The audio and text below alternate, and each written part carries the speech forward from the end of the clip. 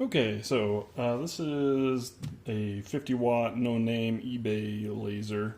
They're all very similar, but they're also all just slightly different. So I'm going to show you how to clean the lens on this machine. It might be different from your machine, but the basic concept all remains the same. So on mine, there's a small brass knob here, and you can use it to lower it. And its original intention is so that you can easily kind of adjust your Z height, but I honestly always leave it completely open because the bed can drop, so why bother? So when you pull that out, the lens will not fall out. It has this threaded piece right here, and you can see down into the lens itself. So that side's going to be, can be dirty, and so can the other side. So I'm just going to unthread this little piece of aluminum here, and we're just going to set that to the side. And you can see that I've got this cloth down here. Lots of times I'll just use a paper towel, but I just happen to have a cloth. All right, I'm just going to knock that out there. Now, this is a 12 millimeter lens, so it's very hard to tell which way it's convexed. And honestly, it doesn't matter. There apparently is some reason to choose the flat side down, but if you get it wrong, it should work just fine anyways. But general rule of thumb is if flat sides down is better, is what I'm told.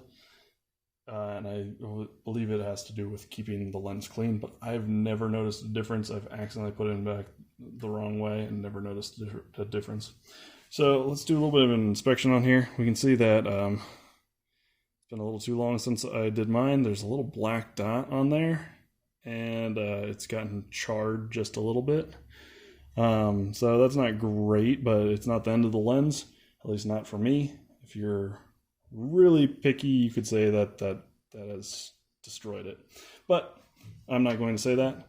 A good thing to look for in here is any sort of like cracking of any kind, or once we try and wash this off, if you can't get it off, that might be a good time to replace it.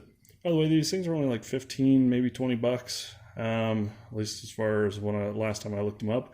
I just bought like 3 of them and kept them on hand for when I occasionally make a mistake and they break really easily. So, and remember, they're glass, but they're not normal glass. So dropping them really could cause them to crack really easily. So that's why I like to have a paper towel down, also just for cleanliness. So we use 91% isopropanol alcohol. If you have a high-end machine and you're spending, hundreds of dollars on these lenses, there's some proper stuff, but it's really nasty and it's kind of expensive. So 91% isopropanol alcohol works really well. If you can't find it, because sometimes this is kind of hard to find, 70% will work. It's just when you wash the lens, there's a little bit of a film that needs to come off, and it's just a little more difficult, not by much. So, got a couple Q-tips here, and honestly, just a little bit is better than too much. I already put on too much, but it doesn't matter really. And I'm just going to go around in a circle. Hopefully that black dot came off really easily. I'm going to do that on both sides. I'm going to do my best not to touch the actual center of the lens here. I've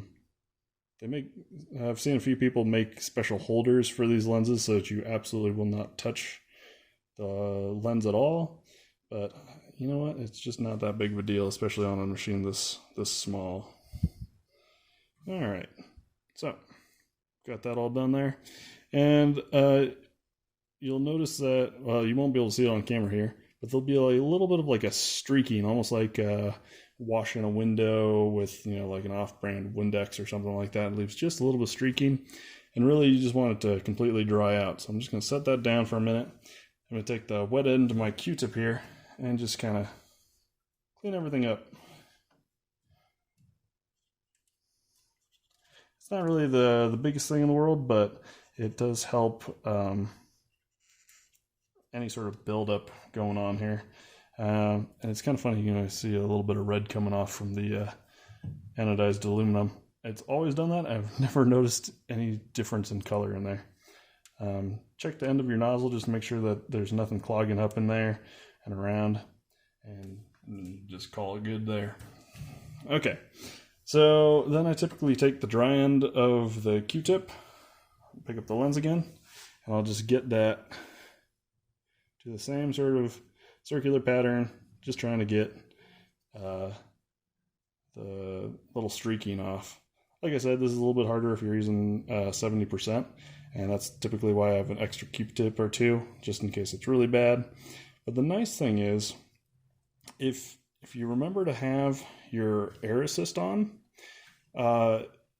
you actually won't have to clean your lens very often at all. I only do it, I use my machine a lot, and I only do it maybe every 3 months.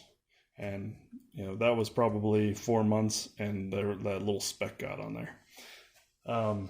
It's always worth checking though, especially if you realize you turn on the machine and the lens wasn't on. It can become dirty almost instantly.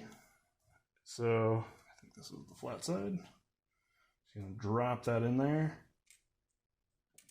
and you jostle it around just to make sure it's laying flat. And we're just gonna screw this back in. But yeah, you can get a dirty lens almost instantly without your air assist on.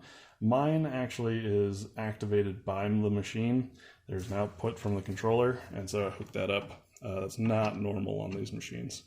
But if it gets dirty, I got to borrow a power meter specifically for CO2 lasers once, and a dirty lens will hold up to 15% of the power going through it. So on a 50 watt, which is honestly actually about 40 watts, it will be taking 15% of that power and keeping it right there in the lens. And that's what causes the cracking most of the time. But yeah, so we just tighten that back up and we are good to go.